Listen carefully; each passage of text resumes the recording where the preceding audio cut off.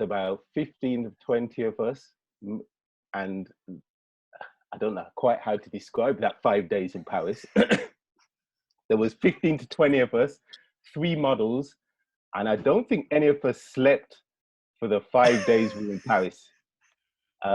We photographed the models on the 24 hours a day, 5 days. Well, at least it felt like 24 hours a day, 5 days a week. But it was one of the most amazing experiences of my life and career. And after coming back from Paris, I just had to do more. These are some of the images I came back with, which were far superior to anything I'd taken prior to the trip. And I just said to myself, this is what I want to do. And I had to go to another workshop. And in fact, in 2008, I ended up going to every single one of Scott's workshops around the world. And I also assisted him on weddings in, where was he? Paris, San Francisco, and Korea, right? Yep. Yeah. So, but in that year, it was a year of exponential growth.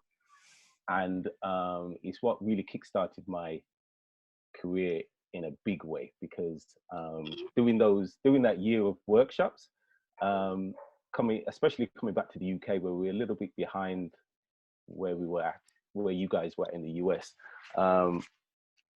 It jump started me, and I surpassed a lot of people I was looking up to, and it meant I gained the ground quickly within the wedding market. And then, so I started booking weddings pretty quickly. In fact, I was shooting weddings that same year. I think I shot about 8, 9 weddings, and then the following year, probably about 10 to 15. But it was really in this wedding in 2010. It's my first Nigerian wedding. And this image at the time went viral before Instagram. So I guess Facebook and all the blogs that were out there, the wedding blogs out there at the time. And from that point on, I guess I became one of the leading photographers in the Nigerian market, because 90% of my inquiries came from the Nigerian couples. And that was it for the next few years. I think I shot on average 20, 25 weddings for the next few years. And I'll just show you a few slides of my recent wedding work over the last couple of years. So hold on. If you have any questions for B, just put it in the chat and then I'll read it to him. Okay. Yeah, so this is some of my wedding work over the last couple of years. I'm just going to flick through these quickly. Sweet. Oh, yeah.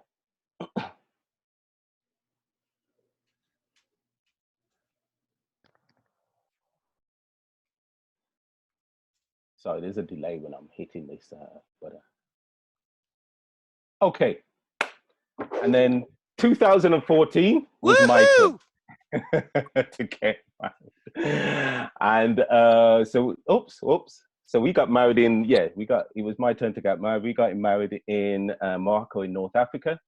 And I even had this creepy guest at my wedding taking pictures of all the ladies. True. But this was a significant year, not only because I got married, but I started to, I guess it happened gradually. I started to burn out, because Nigerian weddings are very demanding. I don't know if anybody's ever attended one, but Nigerian weddings increasingly look like this. So this is a Nigerian wedding in Lagos, Nigeria, and there were, I think, 1,500 guests, and each family hires their own team of photographers. It's not as busy as this in the UK, but certainly now it's getting a lot busier. And it meant that I was doing 15 to 18-hour wedding days, and fighting other photographers and videographer teams, and it just became a soulless exercise. And I struggled to be creative on a wedding day, and I just started losing my passion and and taste for it. So 2015, I actually booked a lot less weddings intentionally, just to try and give myself a little bit of a break. Oops, I don't know. Yeah, yeah, just to give myself a little bit of a break. I booked a lot less weddings, but by the end of 2015, I was pretty close to giving up wedding photography. And but you know, it was my sole source of income, so I felt I had to just soldier on and get through it. And just thought maybe if I just kept going, and try out new things, I'd rediscover my passion. But by 2016, it was like death. And but what happened is that my wife, she got headhunted for a job out here in Kuwait in the summer of 2016.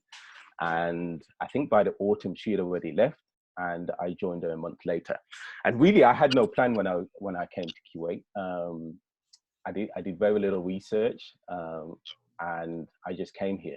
I didn't need to work for at least 2-3 months, so I had that cushion. But what I found when I got here is that there was no market for a male wedding photographer, just because of the cultural differences. Their weddings are segregated, so all the females party and hang out together, and all the males party and hang out together. And actually, they spend a lot of money on the female photographer because the brides value that. But as a male, you cannot shoot the bride, and even if you do, in exceptional circumstances, you can never show those images. And then the male side, they don't care much, so they don't spend a lot of money. So I quickly realized wedding probably wouldn't work out here for me, which was actually a blessing in disguise. And within a week, I attended one of the biggest creative events in the Middle East here in Kuwait. Fortunately, it happened within a week of me arriving here. And I just went along and spoke to everybody I could. And just kind of tried to get a feel for the market. And I quickly realized that fashion and commercial work was where I needed to head to, the direction I needed to head in. And really, it kind of made sense because my wedding work has always been influenced by fashion and commercial work. So 2000, so by January 2016, I split my brand because I was operating under Bandala Zibiri, and I split it. So Zibiri Weddings became my wedding brand, and Bandala Zibiri became my fashion brand. And I got small jobs here and there, but it wasn't until, hold on, next slide. It wasn't until I went to a gallery opening, I think, and I was speaking to a California native, actually, who was here because her husband worked for the Swiss embassy. And, excuse me, and she passed my details on to one of her friends who worked for one of the biggest fashion e-commerce platforms in the Middle East. And she brought me in for a chat and gave me a role as their in-house photographer. So I started out shooting all of their e-commerce stuff, which is, you know, pretty boring white background in studio stuff. But they really wanted to push and grow themselves. And they really wanted to do more creative projects. They really wanted to do campaigns, more interesting lookbooks.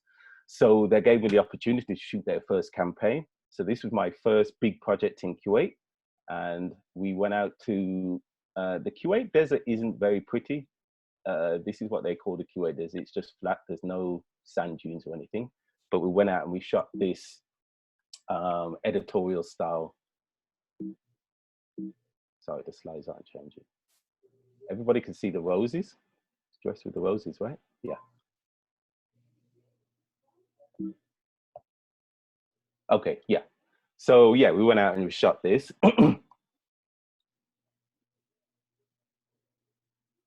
And this shoot in particular quickly gained traction in Kuwait and started to get my name out there. And I then began to shoot a variety of projects in Kuwait, switching, you know, and I'll just shoot through these. So I was shooting lookbooks, lifestyle, street style. I was shooting for for a while, I had a contract with one of the biggest publications in the East, one of the most actually distinguished publications in the Middle East, Khalijes magazine, Celebrity. I was even shooting for Maserati and Porsche out here for a little while as well. And then it also allowed me to shoot my own personal projects. And that was a big key thing coming to Kuwait, is that I finally, I guess, got some balance back into my life, where I still shoot weddings now, but I limit those weddings, and I almost cherry pick which weddings I want to shoot, and mainly stick to destination weddings. And then now I shoot fashion and commercial work here, and I'm now able to have the time and space to shoot personal projects as well. So that's kind of my journey, very quickly, because I realize I don't have a lot of time. But what I want to tell you a little story and kind of put all of this into context. Is back in 2016, I taught a workshop in Lagos, Nigeria. And one of the attendees approached me while we were having lunch. And he sat down and he said, I want to ask you a question. And the question he asked was, what does photography mean to me? And I don't even think I thought about it for a second, but this was my response. It gave me life. So I kind of want to bring it back to the beginning and run through some of these slides again, because had I not gone to Scott's workshop and paid that $500 in 2007, then I wouldn't have met all of these incredible people that you see here, some of which you'll hear today.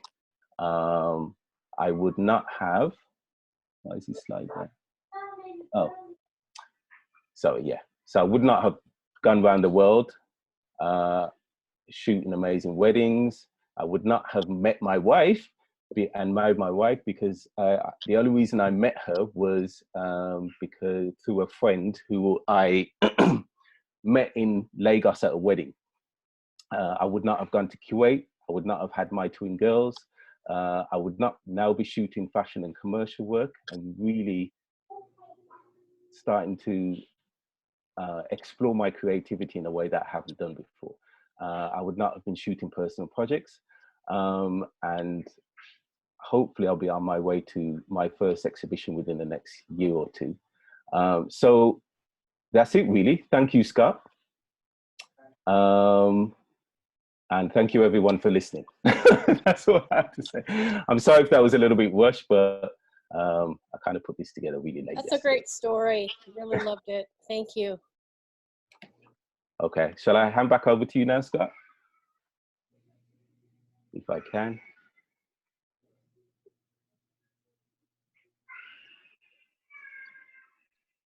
Okay, over to you. I think. And Scott, there are people waiting to join, so if you can let them in. I keep getting messages on Facebook. They're like, let me into the thing. The thing, you know, the thing. Zoom thing. You guys are on.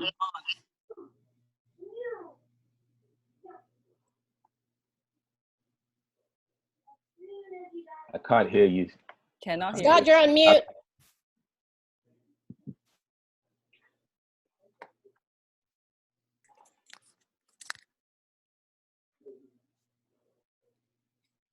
Hello?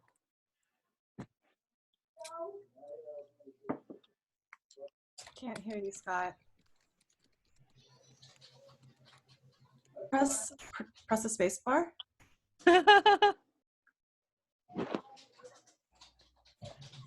Battery must be dead. Can't hear you, We Scott. can hear you now. You can hear me now? Yes. Fine. Yeah, you know what happens? For some reason, when we switch it back and forth, my USB headset disconnects and then, whatever. Okay, so what's interesting was way back, I mean, even when that first workshop in 2007, a lot of us, you know, kept telling B, it's like, hey, I think you're really a fashion photographer, you know? And I said, I know, you know, weddings pays the bills, but we always thought B was just this, he had this way about fashion and the way he shot and he took those images, which really actually inspired me. So a lot of times, you know, I get ideas from my students. And so I just love the way he just kind of captured beauty, you know, and his fashion and stuff like that. And so I'm glad that he's kind of, and I hope you guys realize that when you start this career, you will get burnt out of something. uh, Most likely wedding photography. I mean, I have this saying, it's like you got about a 10-year run with wedding photography, then you're gonna get bored of it or whatever. But so anyways, I'm so happy that you kind of found this. So, okay, so I'm gonna ask B a question. You did something really, really hard. You had to uproot from the UK, where you know all your contacts, have all your network, and it was a completely different culture, and then establish something in Kuwait. Yeah. So can you talk to those who are just maybe trying to start their business and maybe they move to a new area? What did you do that really helped you kind of get you to start your business and find yourself? I spoke to every single person in Kuwait. No, I guess Kuwait, it's only a small country. So I think the total population here is 4.4 million. And the creative circle is tiny. So attending that first event that I mentioned a week after, I connected with a lot of people. They had there's a lot of good street photographers here as well. So I joined some of the photo walks that they used to do, and I went to every gallery exhibit I could find. I just tried to be present in the creative circle. So I would be everywhere basically, and I spoke to everyone.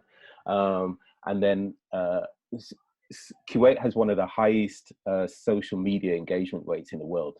So everything happens on Instagram, everything. They trade, sell, well, a combination of Instagram and WhatsApp. They sell, market.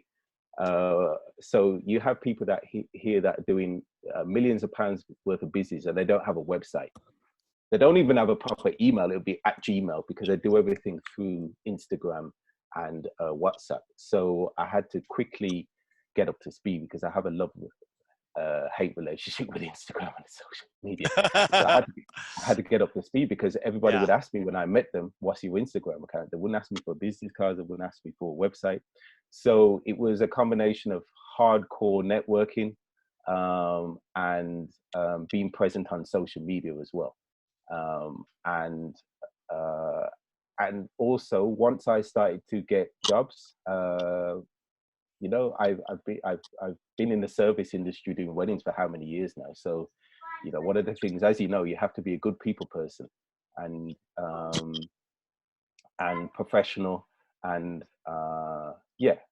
So those things became attached to my brand in Kuwait, and word spread pretty quickly. And yeah.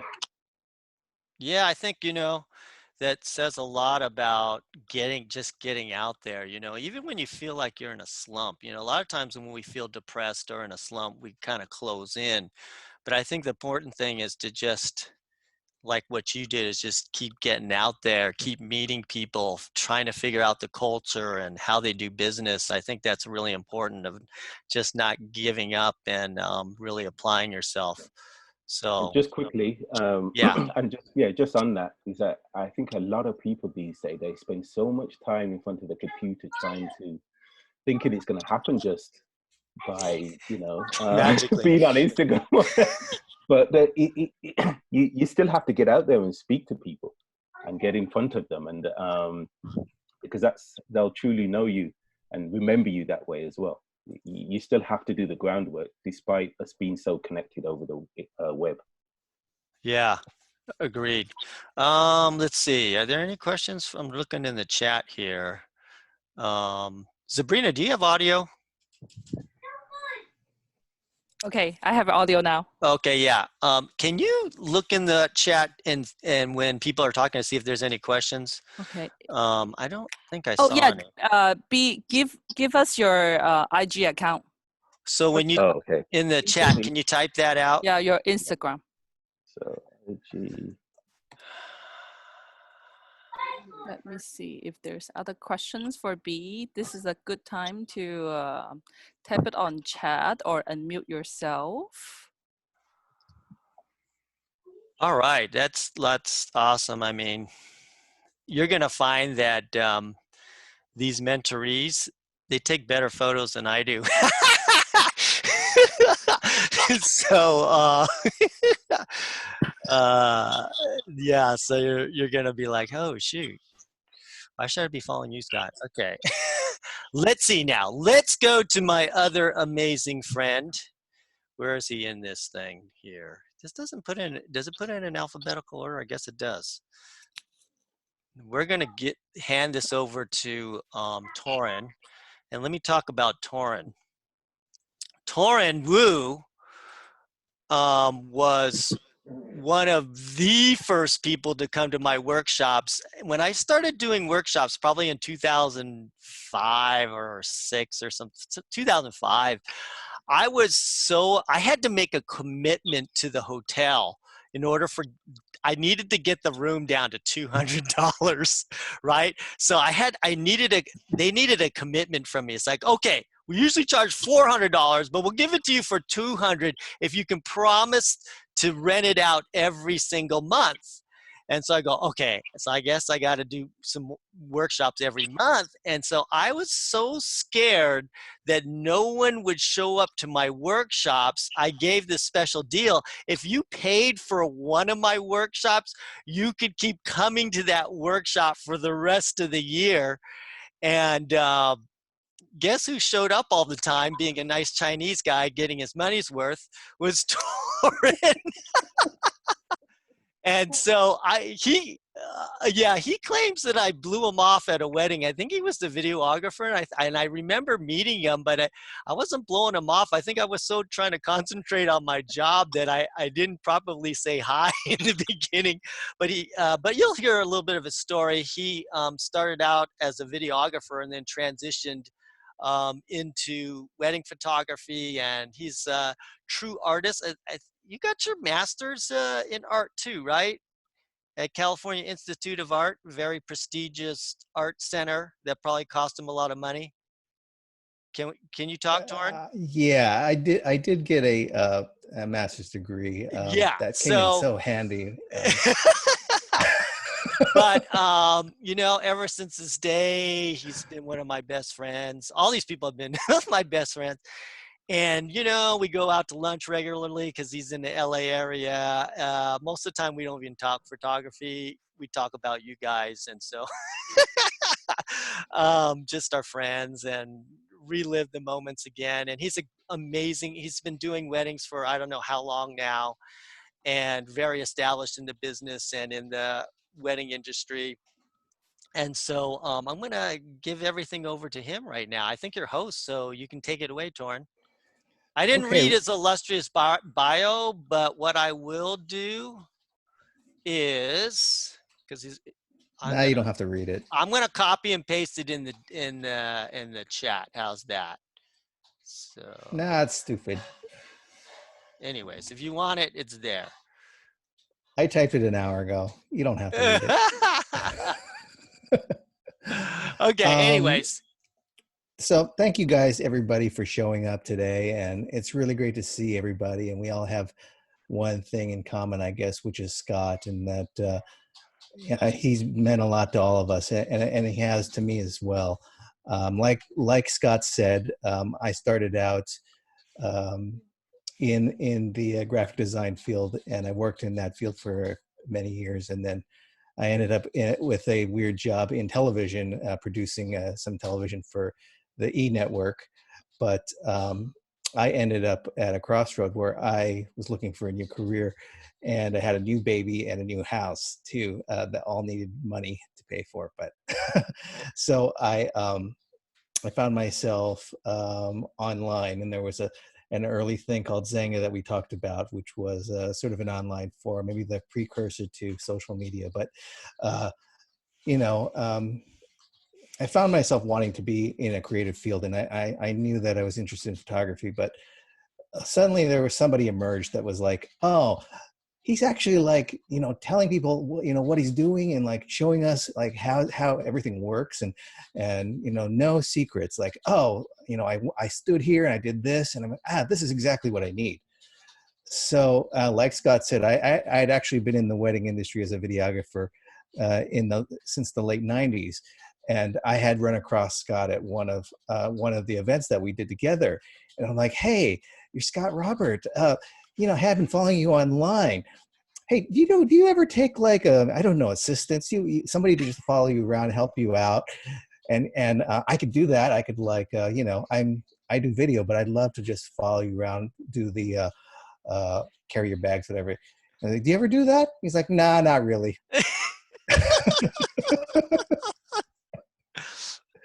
So I said, all right. That's cool. But, and I had done videography for a few years up to that point. And I knew that, you know, when we were doing these weddings, I'm like, you know, I'm so envious of these photographers. They talk to the clients and they go, hey, I want you to stand here and go into this bush, but look over at each other and do this. And then I'm just a videographer. I'm behind that guy. And I'm literally just like taping what they're doing. I don't want this. I want to be the guy, you know, saying, hey, I've got a really great idea. Let's go over to this gazebo. Let's go be. And so I'm like, I have to be the photographer to be that guy.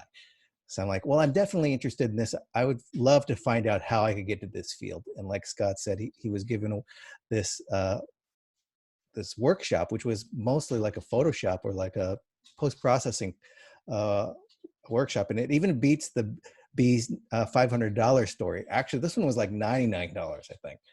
And like Scott said, it was, you could be, at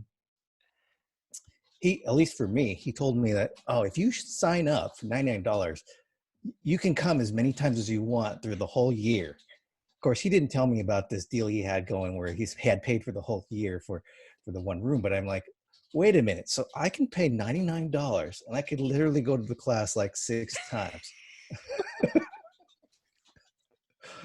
So I go, it doesn't even matter that you know, I could probably pick up everything in one class. I'm going to go all 5 or all 6, whatever it was. So that's what I did. You know, I had some other like, you know, like videography gigs I would do, but I would come either before or after those things, and I would sit in on the thing on the class, and I would like ask questions and try to like, you know, ask Scott some questions, you know, about what he did, or like, hey, where are you getting your albums made? Those kinds of questions. And so over the course of that year, you know, he started announcing that he was going to have this Paris workshop. And I was like, what? This sounds like something I got to do, because I've never been to Paris. I want to do this. And it seems like this is the kind of experience that's really going to be unique and special. So I was like, so then I had to go back to my wife and I had to say, so honey, like, it's this really, really important class I have to go to. And it's, you know, it's there's a dollar amount, but don't worry about that. I think it's going to be amazing. I think I probably need to go. Does that sound good to you? So she, she said, okay. And of course, the rest is history. We had such an amazing time that first time, and it established a lot of the friendships that we have. I have, you know, like Scott said, I have a very close relationship with him and we get together a lot, but also getting to know Bee for that very first class, and, you know, also doing subsequent trips, you know, through the years. We've really built a great relationship, and Sabrina and Gurman, everybody else, a lot of people that I see in the chat right now. I know you guys through Scott or because of him. And I think just having that community is something that I think creative people really need when they're trying to emerge and trying to form their own sort of creative identity. It's so important to have that. And that's what I found that was so valuable, is not only going on this journey, like wanting to become this wedding photographer. And, you know, to date now, I think I'm probably over 500 weddings or something like that. And it's, but you know what? It's, yeah, I saw your eyes, B. Your eyes bugged out because you're doing 15 a year and you're like, I can't take anymore. Okay, that's okay. That's okay. But you know, having that journey, taking that journey, but not just by myself, with all of you. And you know, I see all of you from, you know, from various different workshops or different places that we got introduced to each other. And you've all been part of that journey for me too. Not only just, you know, learning from Scott together, but I take my inspiration from all of you as well, from, you know, just being able to see what you're doing, and everybody's amazing. And I see everybody sort of doing their own thing, and that inspires me. That as a creative, I can see that everybody's trying to pursue their own vision, their own dream. And I guess that's the one thing that I want to maybe just impress on everybody, is that if this is still something that you love and something you want to do, there is a way out there for you to do it, and to use the strength of this community to help, you know, support you all the way through that. And I know that not only have I made great friendships, but all of you have been there for me as well in various ways. And you know, I've followed some of the footprints of Scott, and I've tried to do some teaching. I've tried to get my feet wet in some other genres as well, and do some commercial work, and I do some school and some seniors and things like that too, which is not a thing here in LA, but I'd love it to pick up. But I'm more excited to see what all you guys are doing, and how you're all progressing and growing, and not only professionally, but in your own personal lives too, seeing all the, you know, the great things that you're up to. And so if I haven't met you yet, I'd love to. I'm going to leave my information in the thing later on, but let's just say I'm not always a motivated person, so I didn't really do the photo thing. I just skipped that, so that's okay. If you want to later, you can go to my website or my Instagram and look at it. He put no effort into this. No, I didn't put any effort into this. I didn't want to. I didn't really want to, honestly. I just want to talk to you guys. I didn't want to put together a slideshow thing, and I'm not loving that. Well, okay, so then let me ask you a question then. So okay, people, look at Torn's done 500 weddings. Gurm's done over 400. Bandeli's did 24. I mean, if you guys don't have any questions about weddings and they can't answer it, I mean, come on now. You guys are crazy. So for any wedding photography, okay, so what would your advice to somebody just getting into this competition? It's not like how when we started, the competition was a little bit less and we could gain traction a little bit easier. What would you say for the person now, how to really get a foot into, you know, establishing a career and making some decent change with wedding photography? Well, I would say this is a really unique time in history, in world history. I don't know if this is good or bad, but I would say definitely this creates certain niches that didn't exist even like 3 or 4 months ago, which in some cases might mean that some people who might be in your competitive circle, in your level of, you know, people that you might be going against for jobs, they may be dropping out of this industry. That may be creating some opportunities for you. It may be creating different niches in your area in terms of like, well, if people are not graduating in their school this year, what does that mean for the industry? Well, maybe there's some way that you can turn that and create a product that you can shoot seniors in, you know, at their home, or like out, and create a situation where you can give their parents and their families shots with them wearing their cap and gown. And that could be a way to get your foot into the industry. I'll let you guys kind of think about how that would work in your own situation. But you can see how there is a bad way to look at things, and there's also a flip side to that, which is an opportunity. And I encourage you guys to hopefully look at life that way, look at this opportunity. There's obviously a lot of things have happened that are negative, and those are easy to find, but figure out a way that you can flip that to something that's to your advantage, something that maybe somebody else hasn't thought of. And once you create a reputation within that client base or within your area, then you have a little bit of a foothold if you want to move into weddings, if you want to, because right now, I don't know about you, but big weddings are probably not in the cards for a lot of people. But in a way, you're starting it from scratch. You're starting on an even playing field with even the big boys. So, True. think about the situation in that way, and I think that within a few minutes you'll find all these different ideas that will pop into your head of ways that you can create something for yourself in your area. And whether it's weddings you're interested in, or seniors, or any of the other markets, there is a way to find that little niche that no one else has thought of.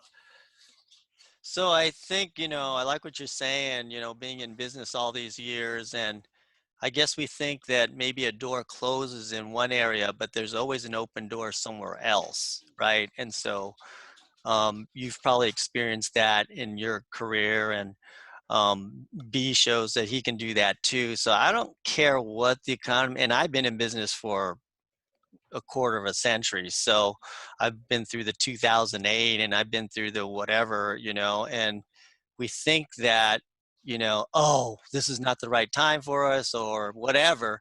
And we feel like things are closing down, but actually there's other doors that are wide open. And so if you can just put your mind to it, network with people, just text Torrin and ask him your questions.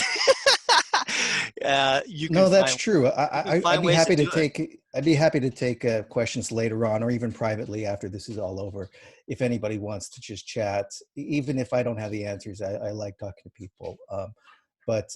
Yeah, please do look at everything, as a possible opportunity. I think one of the things that you look at all the faces in little squares, and hopefully what I think everybody has in common is that I'm looking at some hustlers, which means these little situations happen. Nobody's ever dealt with something like this in our lifetime, but hustlers know how to come out on the other end. And hopefully you guys are going to take that attitude and not sulk about it, not, get bummed out, but go out there and figure out your own way.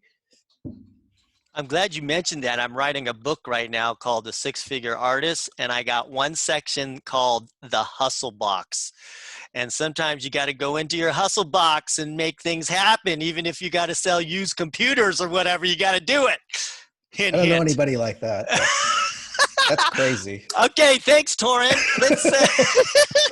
And why are you wearing a Nikon shirt? And you're not going to get hired by me anymore. No, I'm sponsored by Nikon. They gave me this shirt.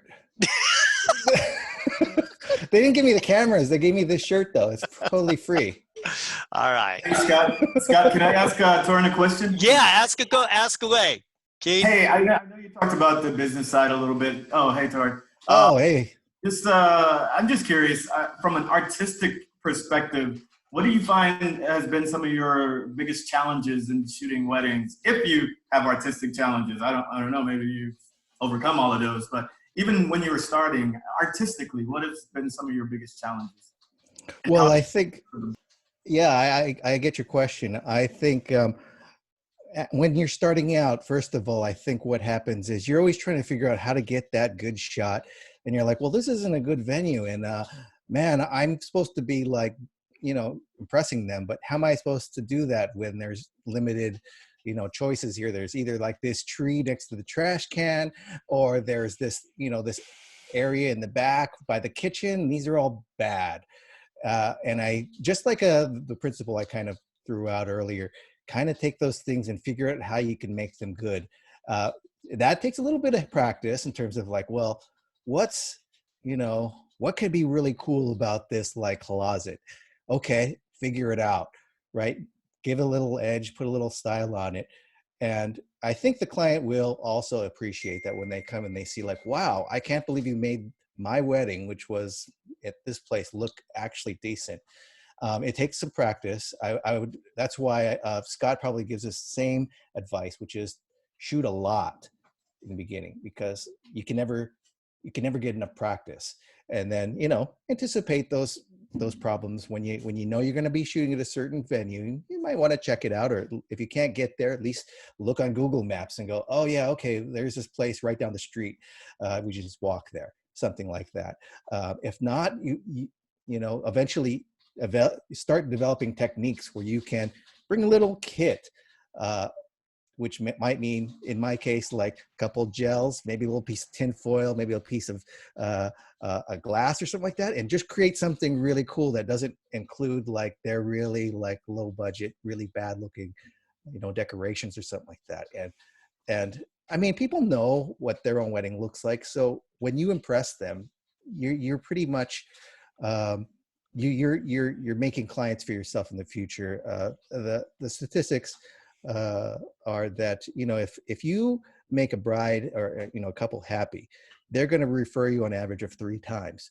And so, you know, if you can impress them in any way, whether it be the way your attitude is, the way the quality of your photos, or, you know, anything that you can bring, they're going to be like, man, you've got to use my guy, right? I don't know who you've called or who you've talked to, but please look up my guy first before you, or my gal first before you start, you know, inquiring further. Because I really had a great experience, and I had these amazing photos, and they did this. So yeah, thanks for your question, Keith. I don't know if I answered it in the best way possible, but definitely I think the more challenging question might be, how do you keep it creative after you've done all of those things several times at the same venue? Yeah, I guess it's a process of reinventing techniques and reinventing your style, I guess, at that point, huh? Right. And I try to make a standard for myself that I try not to recreate and regurgitate myself each time. Try to think of the location and the couple as a new thing each time, and not go, okay, we're at this place, okay, it's the gazebo, or we're definitely at this place, okay, that's the thing outside by the bench. Always try to figure out what haven't I seen yet, and what can I make that no one's ever made. So sometimes I look on Google and go, what have people been doing? Okay, I'm not going to do any of these. You know, people have seen these. How can I get my image where they're Googling my image? Because they've seen the one by the gazebo and they've seen the one by the bench, but they haven't seen the one I did. So when they Google the image, I want mine to pop up. I want them to say, oh, whoa, this one stands out. Sometimes that takes a little bit of thought. Sometimes you get into a groove after a while and you start being able to riff, kind of like playing jazz. You know, usually you're horrible at it, and then one day there you are riffing. So Okay, thank you, Torrance. 27 minutes later. Thanks. I don't have any images. What do you want? Okay, good. All right. I have a question. Can I ask a question? Go ahead. You talked about niche. So how do we find a niche? And You know what? Let's do Yes. this. Let's Yes. let Gurm go, because he's another wedding expert. Okay. And so then when you have your wedding questions, then both of them can answer. Okay. How's that? All right. Definitely. And I Not unless see it's something specific to Torrin. Adrian, I see you all the time too, so we can talk anytime too. But yeah, I mean, Vern's an Adrian. expert at being in a wedding or shooting them? So, Adrian, is it something specific to Torrin, or is it a general wedding question? No, he just spoke about niche. So I just wanted to ask about how do we find a niche, and how do we find a niche within the niche? Okay, that's why. Yeah. Guess what? We gotta listen to Gurm, because he definitely got a niche going. All right. So okay, so let me do this. Let me switch over. Is anybody waiting to get in? I let somebody in just now. I don't know who it was, but I clicked Awesome. it. Okay, now I'm gonna make Gurm host. And Gurm, is your audio on? It is now. Okay, so Gurm is my good Canadian. He's the reason why I love Canada, I mean. And that's the reason why my daughter's going to school up there. He's a big part of it. I think I started doing workshops in there 2008-ish or something like that. 2008. Yeah. Were you there 2008 or you were there 2009, right? Or no? No, 8. 2008. Okay. Yeah. Yeah. And that's really the first time, 2008, that I really started to, meet Canadian people, which I love, in the country and all that kind of stuff. And so we got to be good friends. He followed in the footsteps of B. B was a trendsetter, all right? So B did this world tour, and he was just killing it on his Zanga blog. And he was like, everybody was finding out about him.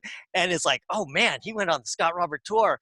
And I got to do that too. So Gurm was one of the ones that did it in, 2009, Gurm? Yeah, starting in 2009. Yeah.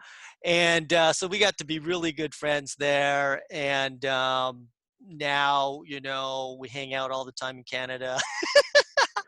And he's a great wedding photographer. He specializes in Sikh weddings. He's won a bunch of awards at WPPI, and he's done over 400 weddings. And so I'm going to hand it over to him and let him share his experiences and drop some knowledge bombs on you. All right, thanks, Scott. Thanks everyone for being here. I have a brief slideshow. It's not as long as B's, but it's brief. The common thread I've heard so far is Zanga. I was never on Zanga, but my wife was on Zanga, and her best friend was on Zanga, and it was her best friend that was following Scott for years. And she introduced Scott's profile to my wife. And she goes, you got to check this guy out. This was back in probably 06 and 07. And I started like kind of stalking him a little bit. And I'm like, this guy's doing some amazing things. And she goes, you should ask about workshops. He does workshops everywhere. And then I sent him like a one-off email. I'm like, I love your work. Are you ever coming to Canada? Start doing workshops here. And he said, not Canada, but I'll be in Minnesota. I don't know why he mentioned Minnesota. It's like a random date. A few months out. And I'm like, okay. And then he said he messaged back a couple of months later. He goes, I'll be in Victoria, BC, which is not far from us. And it wasn't like a full-on Scott Robert workshop, but it's what got me hooked. And that's when I was introduced to the whole Scott Robert treatment of like his philosophy. And then he promoted the Paris workshop in 2008 at the end of that workshop. And I asked my wife, I'm like, I want to go into like a series of workshops. And then she couldn't really say no to me because, she introduced me to him and I was hooked. So I'm like, she's like, yeah, go for it. And after 2008, I went to every single workshop. I think I did 5 or 6 in a row or something like that. And we were talking, in 2009 in Italy. Just me and him were talking, and he goes, how many weddings do you have booked for the following year? I'm like, I have like 12 something. And it didn't seem like a big number to me, but he goes, that's the number that you need to be at if you do want to, take the leap and do this full time. And I actually hadn't thought about it seriously at that point. I was in a safe job, nothing that I loved. And a year later, I'd quit, and I had gone forward and taken that leap, and here I am today. I'm going to share my screen here of a brief slideshow.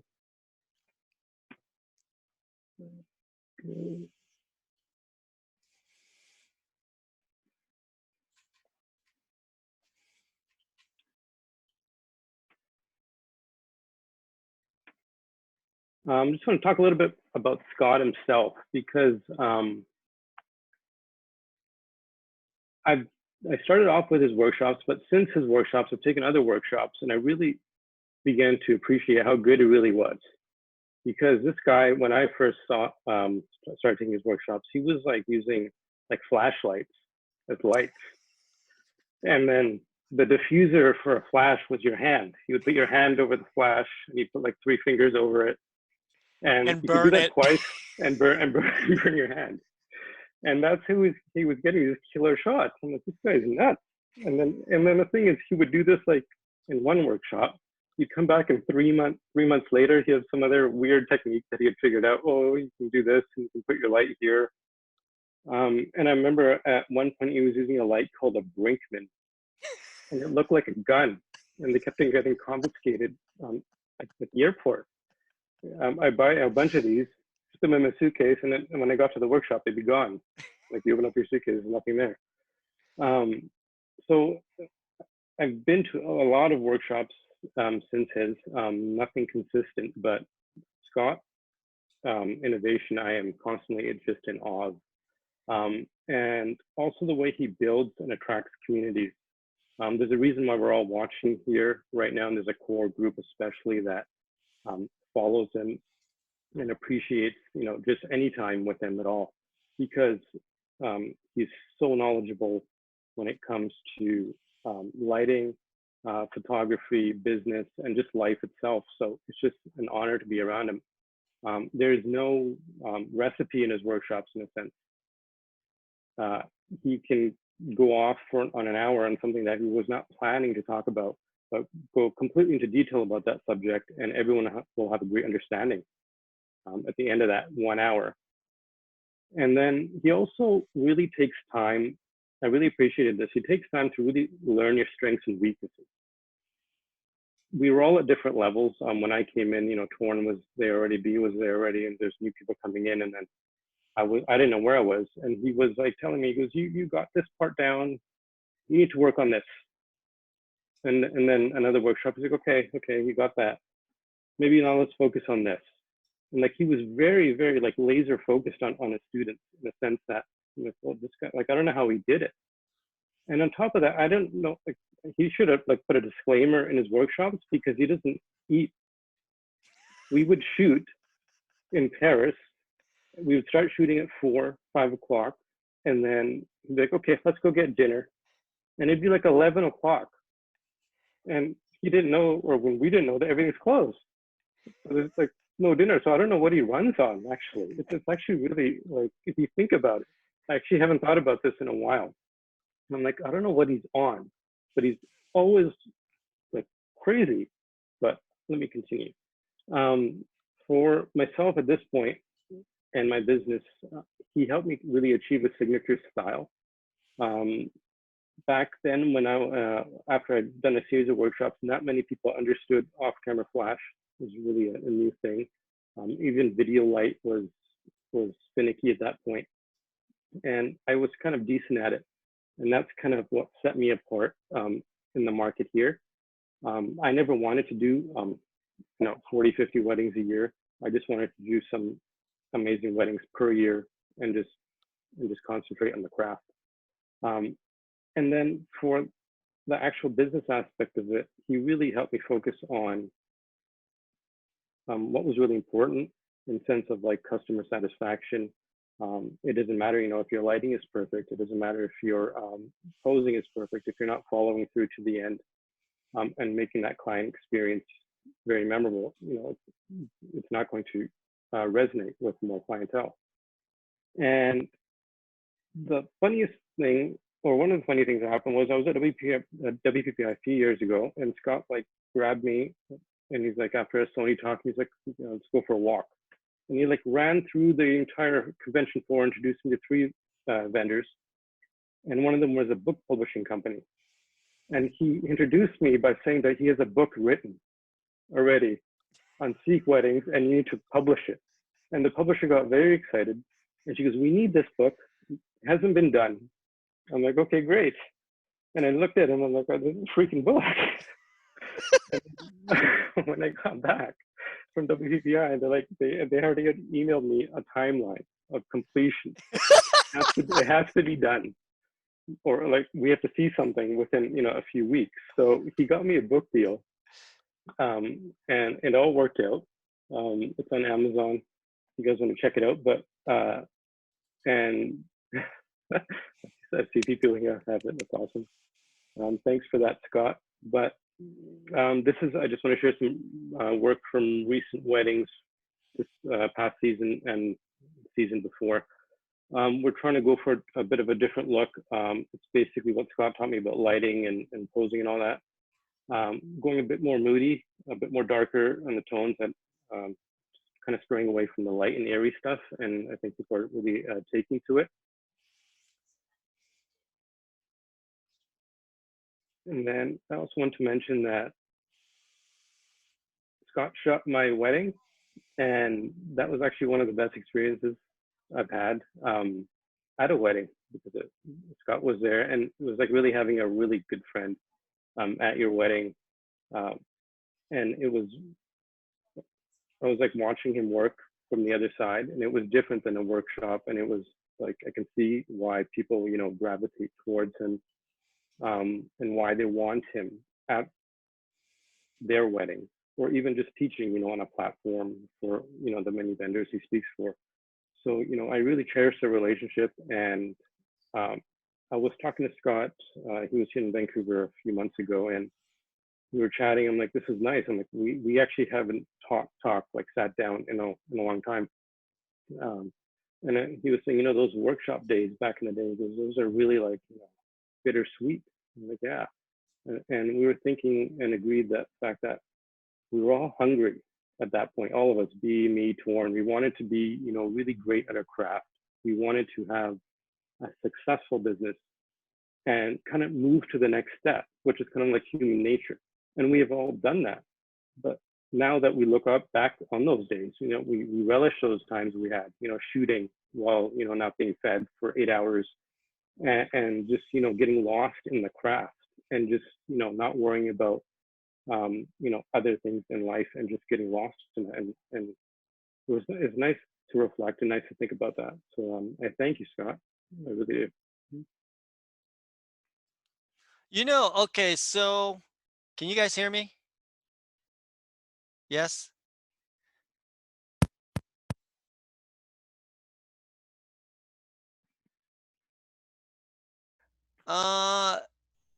Germ is probably the most quiet out of all of us up here.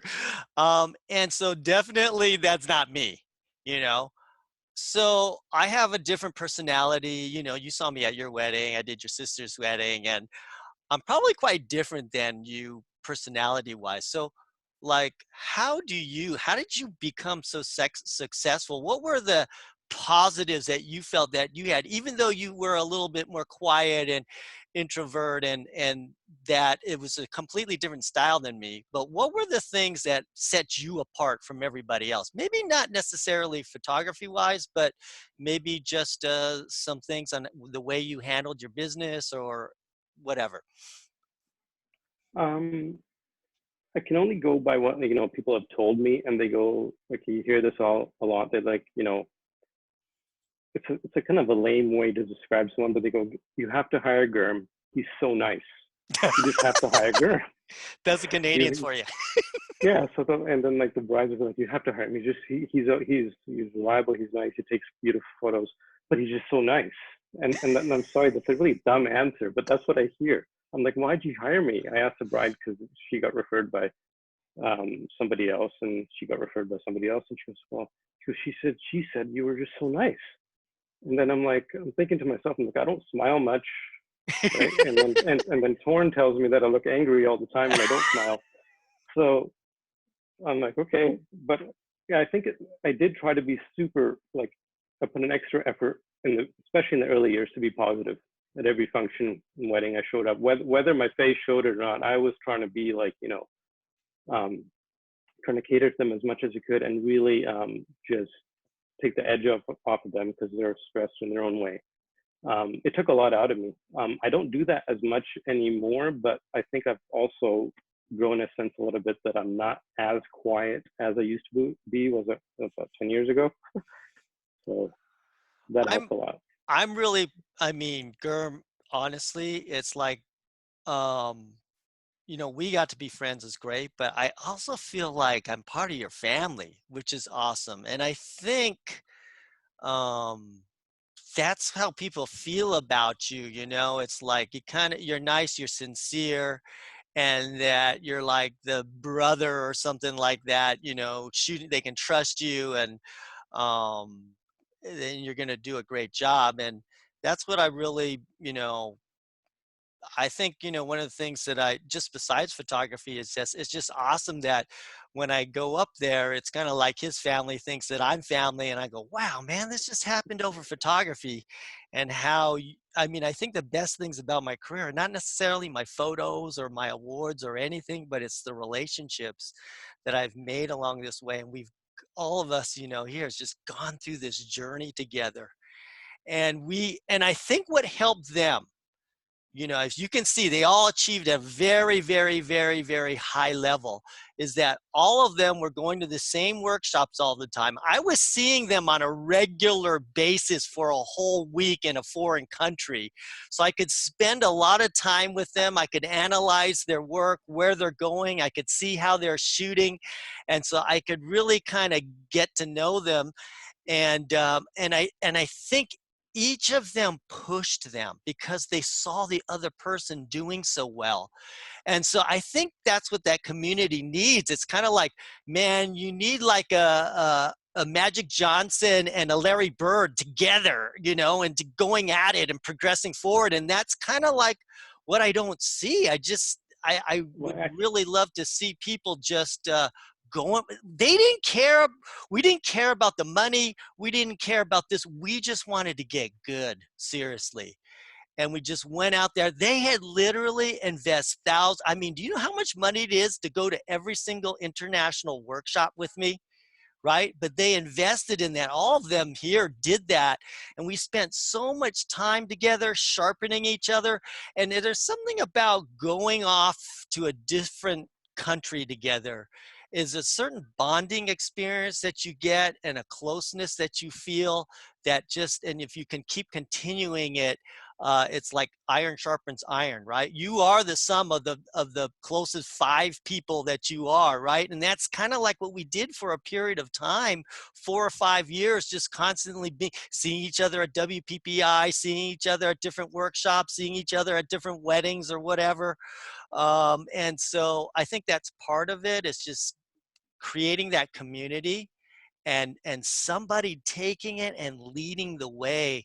And I see kind of like B and Torrin as the ones who just took it and said, man, they just went out and people just wanted to catch up to them. And so I think that was a great for our community, and Gurm just followed that up and did his own thing with his weddings. And guess, this is what I love about Gurm. Gurm did what I didn't do and I should have done. He's actually established a second business, right? Where you're not even shooting those weddings. Is that correct? Yeah. So what percent, so what proportion of your income or percentage of your income is that second wedding business? So I don't like to shoot more than 20 weddings a year maximum. They're all Indian weddings. They're all 5-6 days long. I made the mistake of doing more than that last year and the year before. And in 2018, we started relegating my second shooter. He basically, like, I've trained him in a way that if you look at our images side by side, the client wouldn't know the difference. I'm still editing them, but the shooting style is very, very similar. And he shoots about 15% of the wedding. So we'll shoot probably about 35 weddings total, which is a lot for Indian weddings, and 15 are his completely. That's great. So it's almost like to the point of half of your weddings are second shooters, right? Yeah, yeah. That's good. All right. So anyways, does anybody have a question for Gurm? I think there was one question for Gurm. Oh. Yeah, client expectation. Yeah. Okay. We had one wedding that we booked. Can you repeat the question? Yeah, sorry. Can you share what you remember is your latest wedding photography challenge and how you overcame it? I booked a wedding. We did a wedding this past June. They booked us. I can't remember when they booked us, but they had hired somebody else for the wedding. And they had a pre-wedding event and they weren't happy with the images. And we had a consultation. They were kind of describing the situation. I'm like, okay. And they said a few things that kind of like, okay, that doesn't sound right as a photographer that other photographer did, the product that was produced. I'm like, this is how we work. This is our workflow. and I didn't. They were happy to sign, but I should have had a bit of a better radar on this because they're probably one of the toughest couples we've had in a couple of years. Everything went well in terms of us shooting the wedding and everything, but I was talking to the videographer about this, and he was having the same situation I was having, which was the couple just had really bad taste, and they didn't know what they wanted. And I should have read that a little earlier on. There were, in hindsight, I could have picked that up if I actually had, read between the lines. So I didn't particularly need that wedding. I wasn't struggling in terms of bookings or anything like that at that point.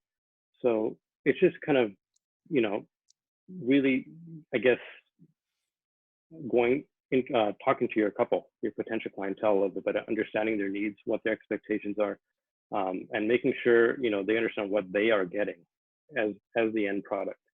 So yeah, that was the most recent challenge I would have mentioned. Yeah. I think the lesson there is you're not going to please everybody, and instead of knocking yourself down, you just have to kind of learn from the experience and try to avoid that situation going forward. And if you be in business long enough, you're going to disappoint people. It's just, that's just what it's going to be. And you can try to prevent it, but it's going to happen. But, just kind of learn from it. And sometimes you just like, let's just move on. That one didn't work out. Don't think negative about yourself, but just keep moving forward. So thanks, Gurm. All right, so we can ask questions later, but I want to get to Sabrina, the one who thank her for putting this together and getting the old crew back together. And Sabrina is my latest and greatest. Well, I don't know greater than the other guys, but what I keep telling people is that I'm waiting for the next mentoree of mine that can become a superstar.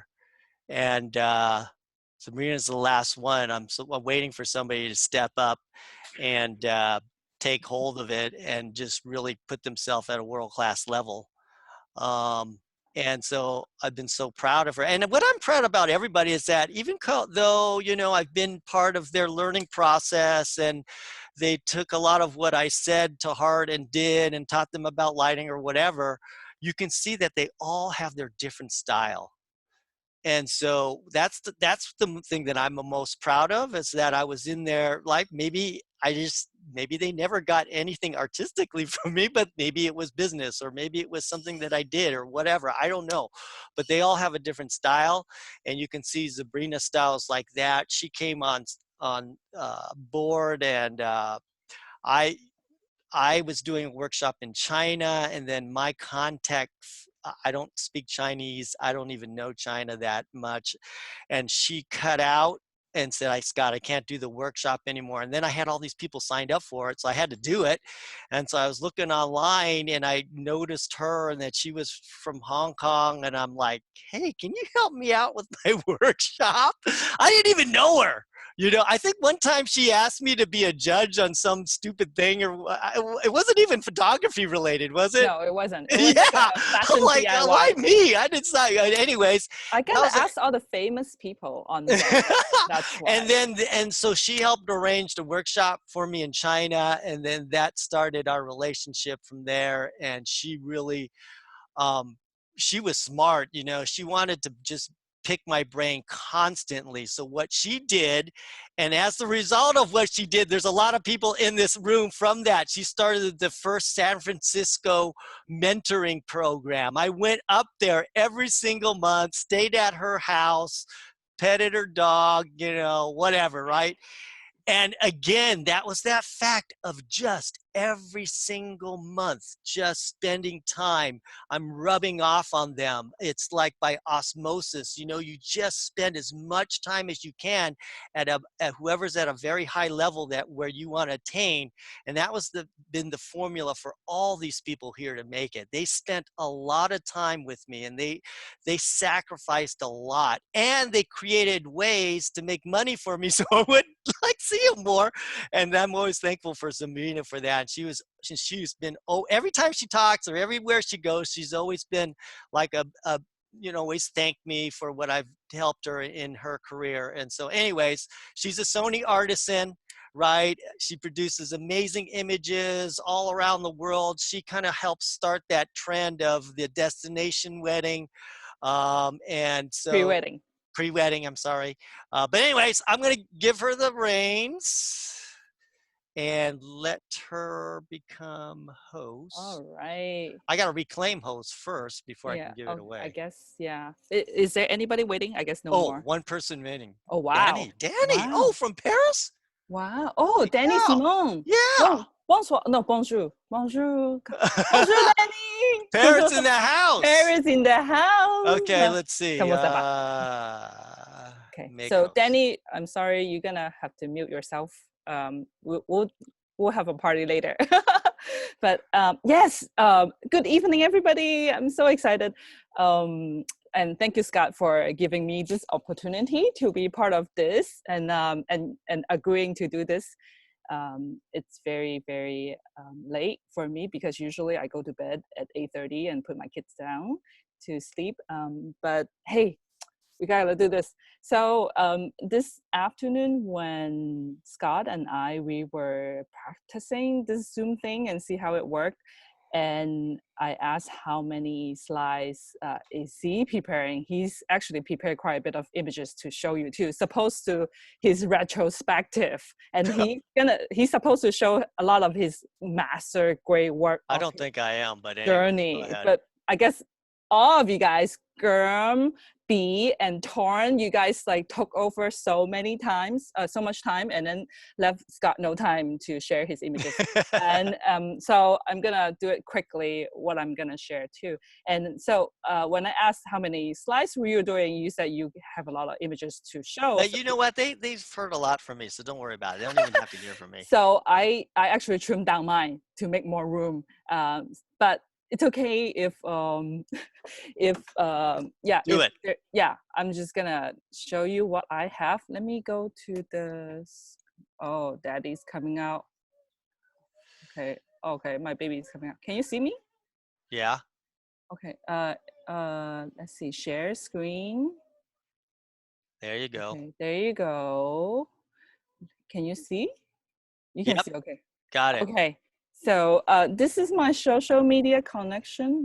Sorry, I have to minimize so you can see it better. So this is my social media connection. You can find me on Instagram or on Facebook page or on Weibo. And this is my website. I'm a Sony artisan. Wait, how do I advance? There you go. So started out back in 2008, I think. I was really, really bored with my office job. I was working as a system programmer. I wrote a ton of macros using Office Excel, and I had to do a lot of employee trainings, and but that was really, really boring for me. And then to kill my boredom, I had to go online and pretend I was working, but I was looking on Zanga. I was looking quite a bit of blogs, different blogs on Zanga. And then my best friend Yvonne was getting married, and she really, really want to hire Scott. But I think she told me that it's like charging $10,000 for a wedding, and then that's why she didn't contact Scott. And then, but she passed me Scott's blog. I was like, oh my gosh, this is like so amazing. Look at his photography. And then I start commenting on Scott's blog because you were like a celebrity on Zanga.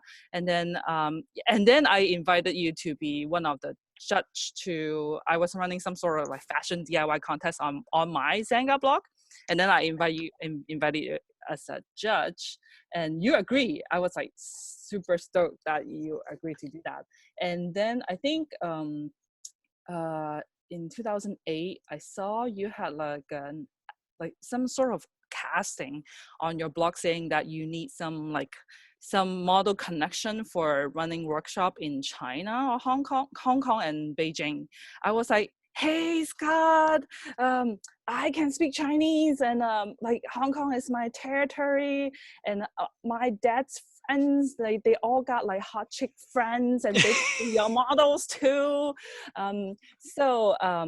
I guess, you know, we spoke on the phone, and I was like, can I come to your workshop and I can help you to get a model connection? And yeah, and you're like, oh, totally, you can come on. So being me, so like Chinese, I went to Scott's China workshop back in 2008. I think it was after your Spain workshop, right? I think, right? Yeah. So yeah. So before I went to Scott's workshop, I also took photography class from a community college, and this is what I take. I took a picture of my dog, the view from the stupid fountain in front of the office, and then like farmers market, like peppers, you know, like just random items. And then oh, sorry, I typed the date wrong. It should be 2008. Yeah. So when I went to Scott's workshop in 2008, Gurm was there, Torn was there, and Ritz Anwar and Chantal was there. All these people were so amazing. And I was super duper intimidated. I only had like the very basic DSLR that I bought from Costco. It was like a Nikon D40 with a kit lens. And everybody was already using 5D or some sort, maybe not 5D, I don't know, something like big. 5D, yeah. Yeah, 5D, like huge, yeah. So my tiny Nikon D40, I was like so intimidated, and everybody already knew what they were doing. And I was too shy to take any picture. So I only take all BTS pictures, every shot from that workshop. Even Scott was like, you have to take picture, you have to take picture. I was like, nah, it's okay. I just, you know, be in the back, it's fine. So even at the Great Wall, I took behind the scene picture. So, and be in the picture with Scott. So that was a really great moment too. And so we were also in Hong Kong as part of the China workshop in 2008. So we went to Hong Kong first and then Beijing at the Great Wall. So in Hong Kong, so this is our group picture. Let's see, you see Torn is here, B was there too. And then- he wasn't there. No, he wasn't there. Yes, Gurm was there, sorry. Sorry, it's late at night. I had mommy brain, and then I gave birth to 2 kids. That's what happened. But anyway, so I felt very, very intimidated. And then if you can see this picture, and I was just holding lights. Yeah, so entire time in Hong Kong, I was just too intimidated to hold a camera. But how did you get us published in the magazine there? Who did you know that could? I knew people. Yeah. Yeah, that was awesome. Yeah, so because you know, you are still a big shot. You were a big shot, and knowing that, you know, I'm taking this huge photographer from America coming to Hong Kong, and so I had to connect, like, you know, some of my friends and like who are in kind of like the media business, and then they're like, oh, you know, Scott would be an interesting subject for your magazine to be interviewed, because you know, I have a few friends who run like photography magazines. Print media was still very cool back then. So so I got you an interview after I guess during the workshop, and then they published your pictures post workshop. But anyway, the point was, like, I was just, you're so intimidated and just holding lights the entire time. But I took in a lot of things from your lecture, Scott. So your very first lecture in China, in Hong Kong, that I ever heard was about posing. And I took that into heart. I remember, like, your very first slide, you told me about posing, that we can assign keywords to the subject when we are posing the subject. And then you like to do these 4 things. And you, from your workshop, you like to tell the subject to, like, as they were like, okay, look at me, or hug me, or ravage me, or like the take me now sort of look from your subject gazing onto the camera, right? Yeah. So okay. I really took these 4 concepts into heart, except for the ravage me. Ravage me is just a bit like, I'm kind of feminine, so this doesn't work for me. But the look at me, the hug me, and the take me now is something that I use over and over again, post workshop, of course, because I was too shy to take a picture during your workshop. And then after, I guess after going to your China workshop, I was really, really hooked, and it really gave me like kind of like an experience of what it would be like to live, breathe, and thrive as a destination photographer. And I was like, oh, this is, you know, something so different than my office work, my boring, you know, number crunching, you know, like coding sort of work. And I really need to look into like, you know, this photography thing and see if I can do this full time. I think in about a year or half, or maybe less than 2 years, I turned full time after going to your workshop, because I just couldn't stand just sitting on my computer and wanting to become a full time photographer, I guess. Yeah, and during that time in China, it's very popular to do something like, you know, the wedding couple will like normally bring their wedding gown and bring their tuxedo and then travel to like various places around the world. It's starting to become a trend. So I guess I was lucky enough to be to ride that pre-wedding photography wave, to take on a lot of Chinese-speaking client who wants to take pre-wedding photo in San Francisco or in Europe, or I go to China and take picture for them. But anyway, so but these 4 concepts that I use over and over again when I'm shooting pre-wedding couple or fashion shoot. So like I use your look at me concept, but I interpret it in my own sort of way. So when I like to do the look at me, so I kind of like to tell the subject to, you know, look at me softly. So, or like kind of like a look at me, like beg, kind of, okay, look at me, please. Yeah, that sort of kind of look. Yeah, so that's why I took your look at me concept in like to implement into my own work. I guess to add my own sort of style and twist to it. Or like instead of ravage me, I would like to do it like kind of like, please kiss me, like kiss me, like kiss me under this moonlight, sort of fair to it. Or this is kind of like my version of like take me now, you know, like take me now please, or never. That kind of like interpretation of your concept into my own work. So I do a little bit of fashion work on the side too, so that's that fuels my creativity, besides the pre-wedding and the wedding shoots that I do. So 2 years after Scott Roberts' workshop, I was able to kind of like set up shoots on my own with couples and in China. And I just kind of, so like this picture, it's like have tea with me, that kind of concept. Or this one in the middle would be like kind of like looking at me. And then this picture on the right will be more kind of like, yeah, please look at my soft lips and then kiss me. Yeah, that kind of attaching to a keyword and like clue while posing the subject is what I really like took into heart and use that over and over. Yeah. So over 10 years after going to Scott Roberts' workshop, and I guess I was really fortunate, and then with the old connections that I have and able to get published on various magazines. Yeah, so I still have to pinch myself. Like last year, I was in Morocco and I was doing a destination, a pre-wedding shoot for a couple that we started in Sevilla in Spain. And then from Spain, we took a ferry to Morocco, and then we shot in 4 different cities in Morocco.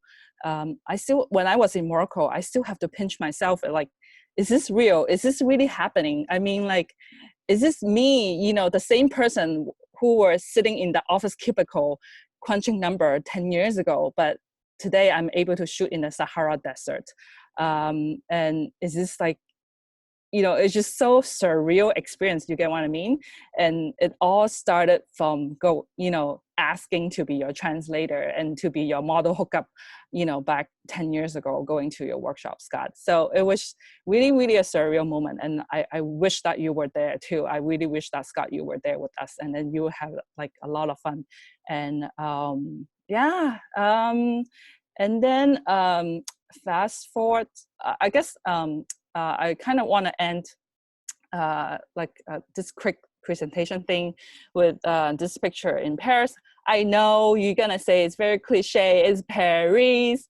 It's Paris. I love it. Yeah, I know you were. You know, after China workshop, I think 2 years later, I went to your Paris workshop, and then in the Paris workshop, after attending your Paris workshop, I took my very first destination pre-wedding client in Paris. So that's why, even though the Eiffel Tower, it's been shot over and over, there's like probably, I don't know how many billions and trillions pictures of the Eiffel Tower. There were moments that I get bored shooting at the Eiffel Tower, but every time I go back, I just thought of, our Paris workshop, the very first time when we were all shooting in Trocadero. Scott, I don't know if you remember. I do. It was pouring rain, and then where we were just still somehow figure out to find some corner where there's not many people.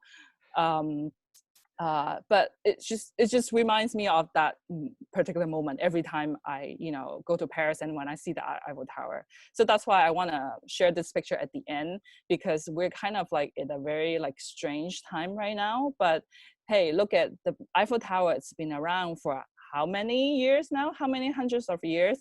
It's still standing there. Past all these hardship, like weather problems and like earthquake or whatnot, and still withstanding. And I kind of feel like this picture would be a great reminder of us to be like resilient, to go with the wind, and just have the wind to, help you, to be your support, even against, horrible condition weathers. So yeah, and yes, there's one more picture I want to show. Is that Scott, you were so instrumental for my photography journey. I back in China, when we went to your China workshop, I was in my 20s, and passed through in my 30s, and then you helped build this community, and we can call Torn, B and Gurm and all your other mentees as the Scott Robert family. They are our brothers and sisters, and you kind of become our father. So I just want to say thank you, and thank you also for walking me in for our wedding, and you witnessed me I guess just sorry. It's okay. Yeah, so you witnessed me being this intimidated little girl in her 20s, not wanting to take a shot, become I guess who I am today, and changing relationship, switching partner.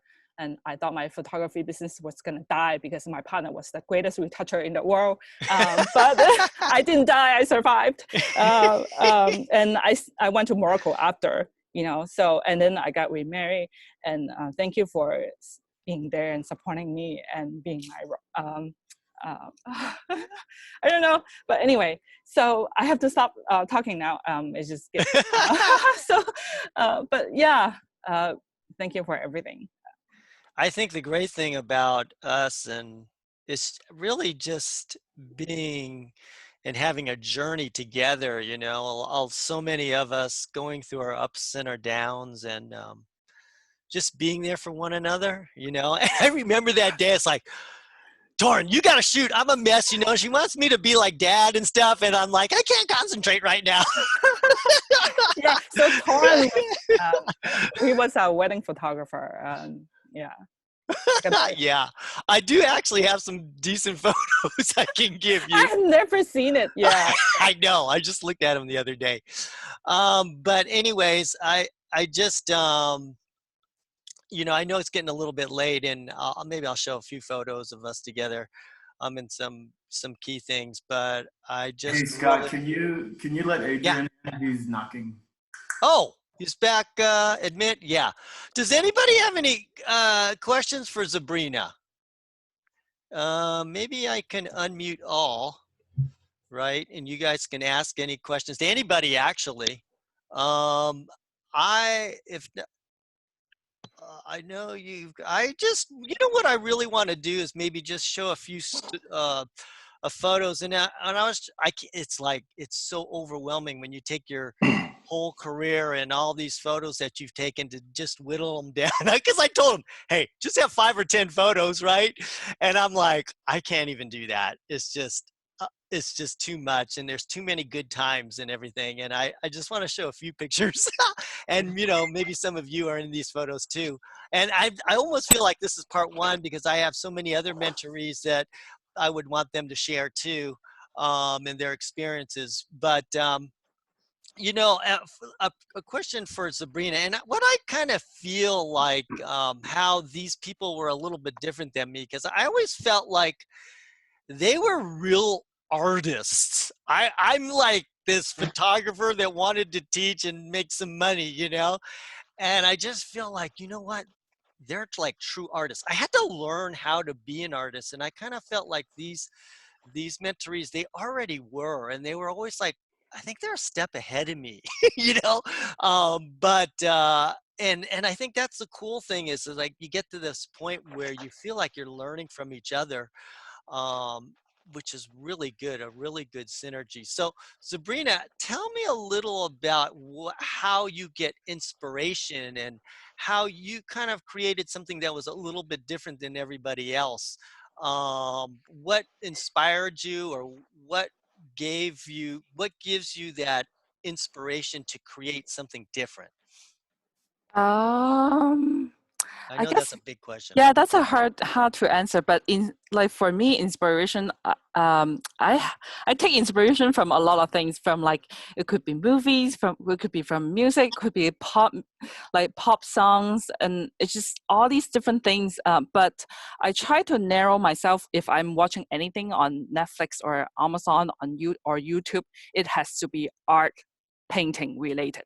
So it trains my eyes for like composition, for color coordination, or like stories, like subject arrangement. So I guess what I see, it's hopefully it's what I can take picture of.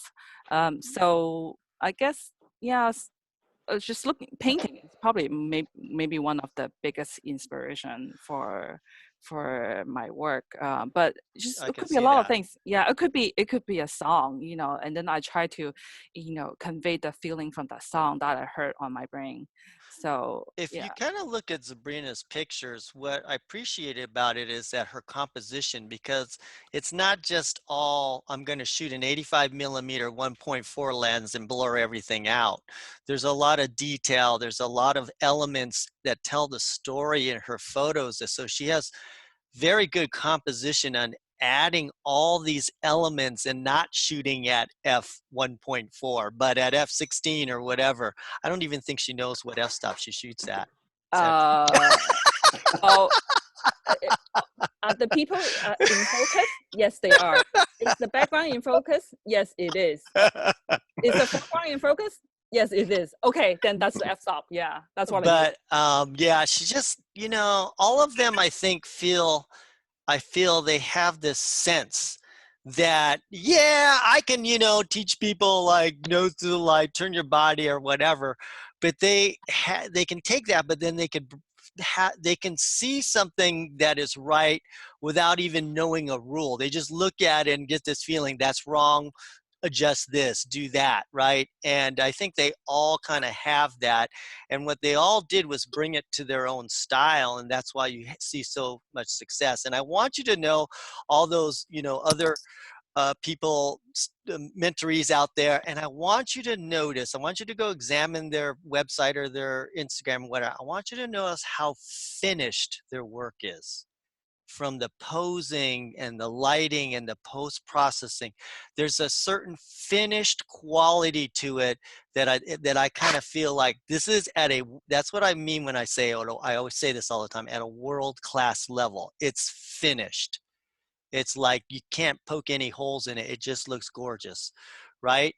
And so please go examine their work, and if they inspire or whatever, reach out to them. They're very open to share, and I would always have them at my workshops. I would love them having them there because sometimes people would see me so far above them, and then, well, these guys are older now too, and you probably see them that way. But a lot of times you just want to see somebody a few steps above you, because sometimes I appear to be like, well, I'm too far ahead. And that's why I loved having them in my class, because they could relate to people. They just started their business, and they just shared everything, and that was our community. So feel free to, go out and ask them any questions. I don't know. What time is it? It's kind of late right now. I don't even feel like showing any photos, maybe a little bit later. But I want to ask all those people, Germ, B, Torin, Sabrina, do you guys have any final things that you want to say, or memories or anything like that? Okay, I'm going to let everybody on. Yeah. And I just want to show a few pictures, mostly of them. And maybe some funny times that we had. So I'm going to share my screen here. And let's see what we got here. Oh, hey, there's a photo. I know I don't have one photo of Germ and me alone. Okay, so where is that? I had it all queued up somewhere. Oh yeah, legacy photos. Okay. All right, here we go. Oh, our One of the best UK, pictures of B. a UK sensation. Hey, there it is. Oh, I love that Hey, picture. Scott, do you want to unmute everybody? Is everybody unmuted? Yeah, they're still muted. Yep, Yeah. I'm muted, yeah. You can unmute everybody, right? I think I did. No, No? no, I don't think so. But I think they have to, Oh, maybe they have to to unmute okay. themselves as Okay. well. Unmute yourselves and you can chime in. Yeah, chime in. Please chime in. So this is in Paris, right? That's awesome. I think Linda took this shot of us. Okay, Torin, do you remember where we were going in this airport? He's probably not there. Oh, well, that's Torin. Okay, I took that picture of Torin on the Great Wall of China, and this was the most amazing place. Sabrina found us this one amazing place to stay at, where we stayed in this huge, like, 5-star place in a huge house, and it had private access to the Great Wall of China, but you'd have to nearly kill yourself to walk up there to get there. But when we did it, nobody was there. It was overgrown. It was like it was left in the 50s. And we had such a good time shooting there. It was one of the best experiences in my life. This is, I think, when I had that talk with Germ about going full-time or something. This is in Venice, and that's his wife. And I totally remember taking a picture with this using one of those video-like guns that burned your hand. And here's at his wedding. We did an engagement shoot before his wedding, and I took some photos of him. And there's Sabrina. Okay, this was after the workshop. And then you and Michelle wanted me to take pictures of you guys. And so this was literally a red light. And so I go, hey, I was doing this lesson. Light is light. Even though this is red light, I can show you, I can take a picture with it. And this is when we did our mentoring class in San Francisco. And this was the final, some of you there are there. This is our final meeting where we gave out the little graduation trophies that cost me $30 each. Okay, so this is actually where, for me, it started, because reality set in. My wife was quitting her full-time job. This was a few days after adopting our first daughter, Chloe.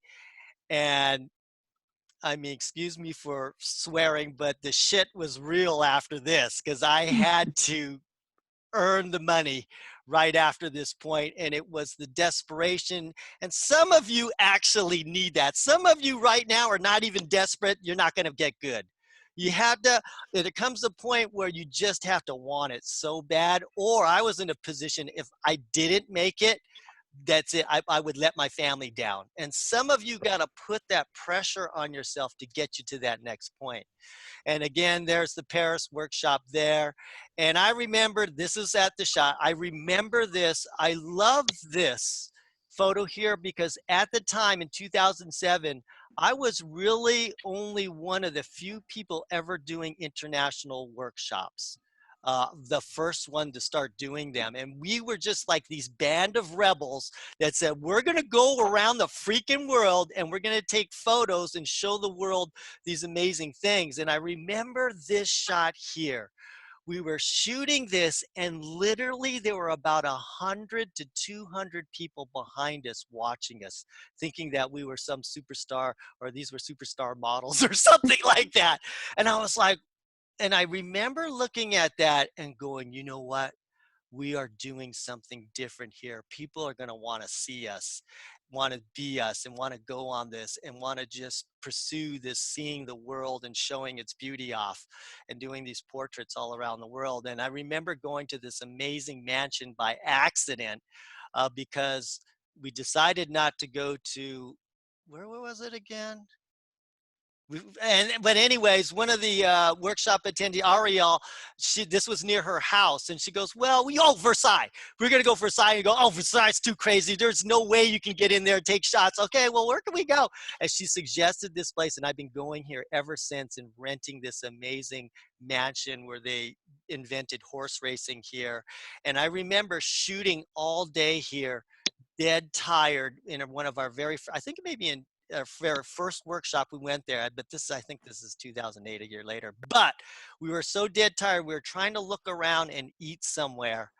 And we said, okay, let's just stop off. And we found this restaurant. And I remember us all around. These are the things that I remember, not necessarily the photos or anything like that, but the good times that we had. We were all around this table and we all were so hungry to make it.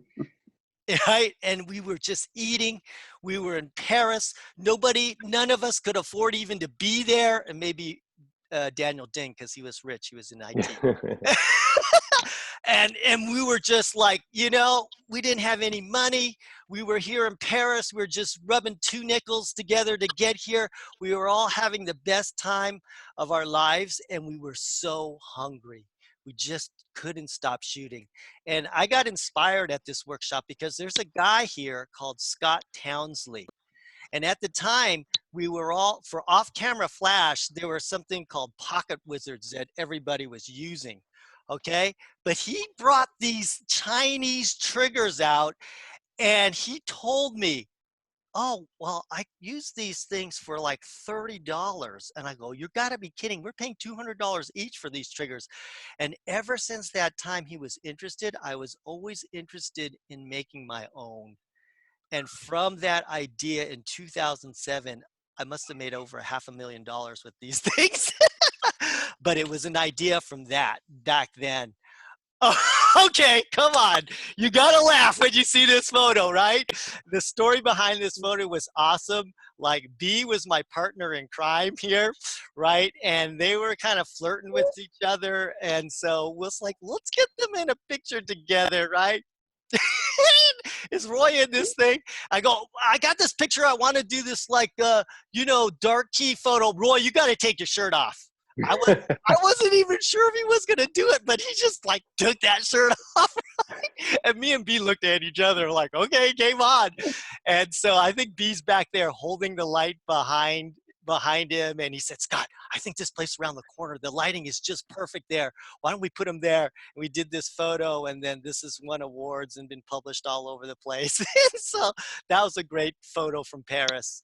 This was at a UK workshop with B, and won award for this, and just reminds me of great times together. And I think that was the workshop. Was that the workshop I actually gave you my 70 to 200 2.8 afterwards? Do you remember that? On the way back, on the way to the airport. on the back way to to airport to yeah, thank yeah, him. I guess I must have been so rich or whatever. I can't. Oh yeah, no kids or something. No kids in college. I gave him my 70 to 200 2.8. How do you like that? But you So know what? this was a very special workshop actually. I was going to put it in my slides, but it would have meant next year. Why? Huh? Why was it special for Because you? this is, don't you remember? This is Amma, a friend of mine, Amma. I Yeah. took that portrait of Amma. Right. I haven't, you saw, you glimpsed it earlier. It's on my desktop now, but I took a picture of Amma, and we had that exhibition at the end of the workshop. Yes. But it was that image that really sparked an interest in fashion, and I guess it woke something inside me. But I guess at that time, I didn't really know what it meant. When I saw that picture, that's when I said, you know what? You're a freaking fashion photographer. So the funny thing is, during this time now, this COVID-19, it's allowed me some time to kind of reflect and certainly think about what direction I want to take my photography in the next 5 to 10 years. And I revisited this workshop and that image. Really? Yeah, only a few days ago, I was showing it to Iman, my wife, and I revisit it every few years. And now it means, now I know what it means for me, seeing that image and how it's gonna, I guess, inspire my future, or inspire future projects as well. I think it takes a while for you to really appreciate your own pictures. I remember not even liking my pictures for about 7 years in. And so when you can get to that point where you really love your images, I think you're kind of getting somewhere with that. This is in Canada. I had some great times. There's Gurm in the back here, you know, and so this is just great. We were totally rebels in this workshop too. We did a bunch of stuff we weren't supposed to do, but we had some great times. This was significant to me because this was my first $20,000 wedding, and this is Stevie J, a Grammy Award winning artist. And at this point, I started to realize that, hey, I was getting pretty good.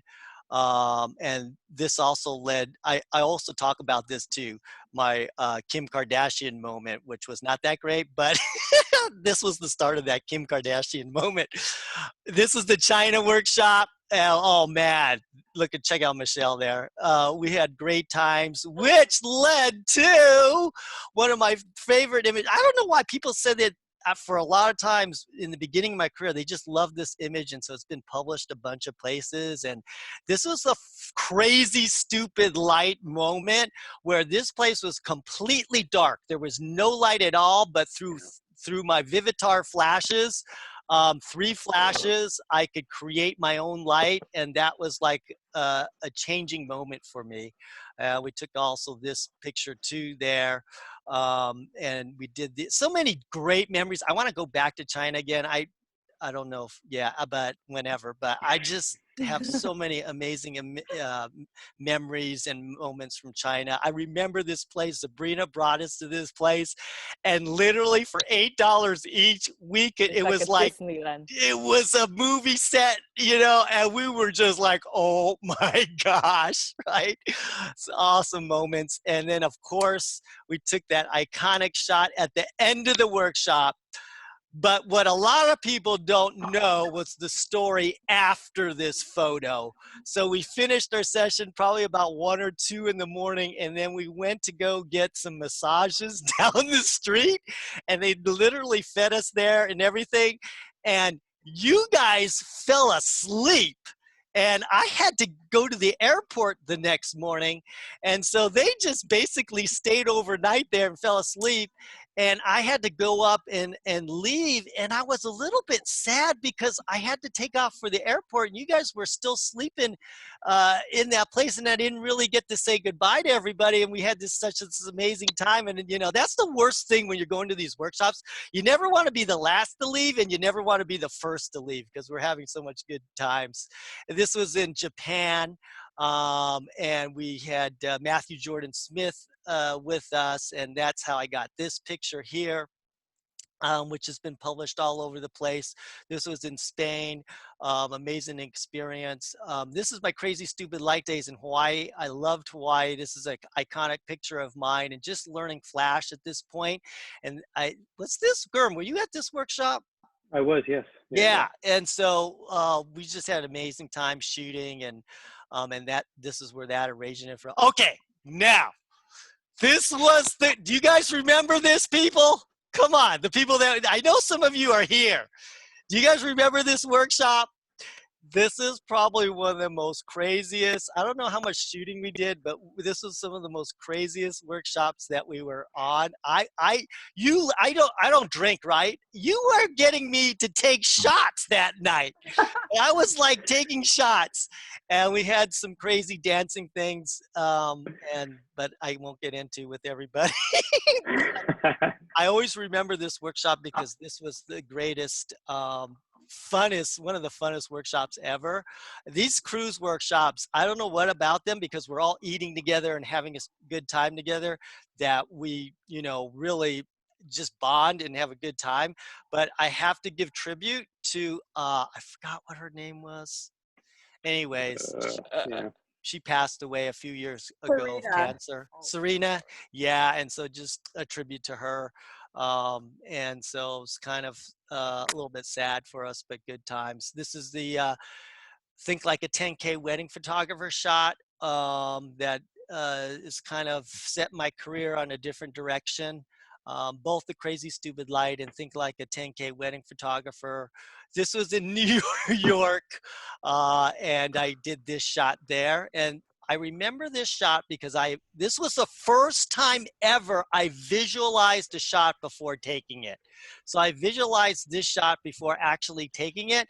And that's the first time ever in my life that I did that. And so, not that it's a great photo, but it's like, you can't even do this anymore because it's not even built this way. There's other stuff here right now.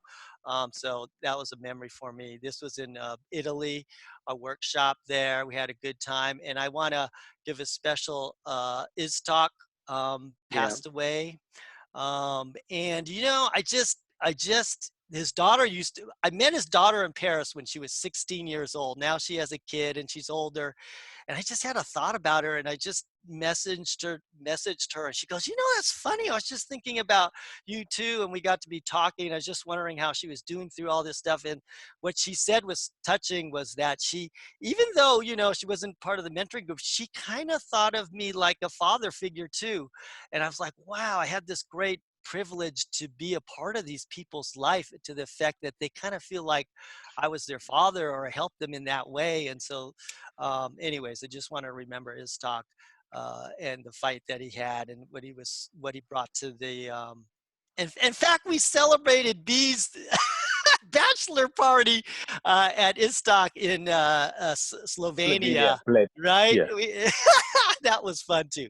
Okay, anyways, I got a ton of photos. I don't want to take too much time. Here's a Creative Live here, where I had a chance to bring on Torin and Gurm and talk on Creative Live.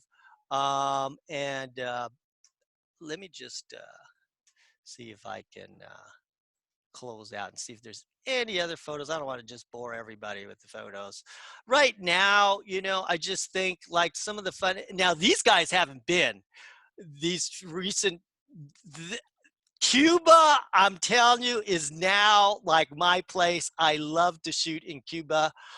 We have good times there. It's not for everybody, but the street photography plus all the contacts we know with the ballerinas. And I do have to give out one shout out to Claudia, who Sabrina introduced to us like in 2010. And she's been so instrumental at so many of my workshops. She can tell you where to position your light. I mean, she's that knowledgeable. She's been to so many of my workshops, but this is how I want to remember her, because she just seems to come alive when kids are around. And Hopefully one day she'll be married and have her own kids. But I'm sure she will because she's so gorgeous. But anyways, that's just a reflection. And it wasn't really, to me, it's not really about the photos. It's about, the times that we spent together that really mean a lot to me. This was awesome because this was my 25th anniversary and I had a workshop there, and all of you guys, every single one of them, flew out to Paris to celebrate my 25th anniversary with my close friends, and we had a nice dinner and everything. And I will remember that night forever, and you guys being there for us and that's the best picture of my wife and I that you guys took of us and Sabrina there in Paris. That profile picture you see of all my time, that was here. And I just want to thank you guys for being a part of my life and helping me, and just being a community where we could just be all together. And let me stop the share here so we can see everybody. Stop share. Okay. So anyways, if you guys want to have any questions, I don't know if anybody's here left over, but we're happy to ask any questions or reminisce about the times. And I just want to encourage everybody, if you really want to get to that world-class level, you've got to make that sacrifice. You've got to really want it bad, and you just can't stop. You got to want it more than that next person, and just really on a regular basis, just push yourself to new levels. And this is what all these people did, and they could do it together.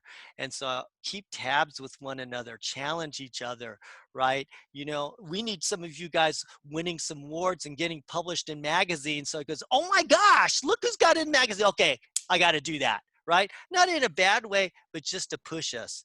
And I think that's what we really still need to do. So I want to thank Sabrina, Gurm, Torin, and B, and especially B, because was early in the morning, spending their time and just sharing some of their experiences with us. And we're going to have more together, but those were the golden years, I feel like, when people really loved going to workshops. And I want to thank you for just showing the world something new and different.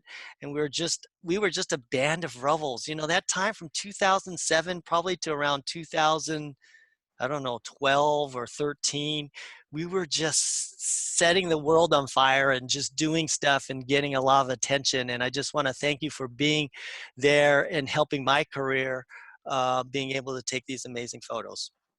So anyways, any of you guys have any questions or any comments or any reflections? I know some of you are at these workshops. Want to say anything? Go ahead. I think you're unmuted. Anybody? That means you're ready to get off this darn Zoom chat. No questions to the wedding experts. All together. Thank you guys, Scott, Sabrina, everyone. Awesome. Thank you. Thank you. Yeah, thank you very much, Scott. All right, you got it.